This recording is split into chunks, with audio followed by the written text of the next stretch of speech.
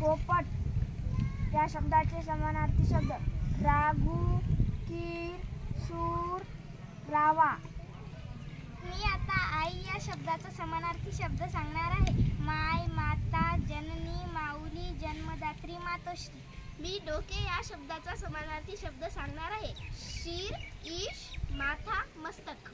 मी घर या शब्दाचा समानार्थी शब्द सांगणार आहे। गृह, निकेतन, आलय, निवास, सदास।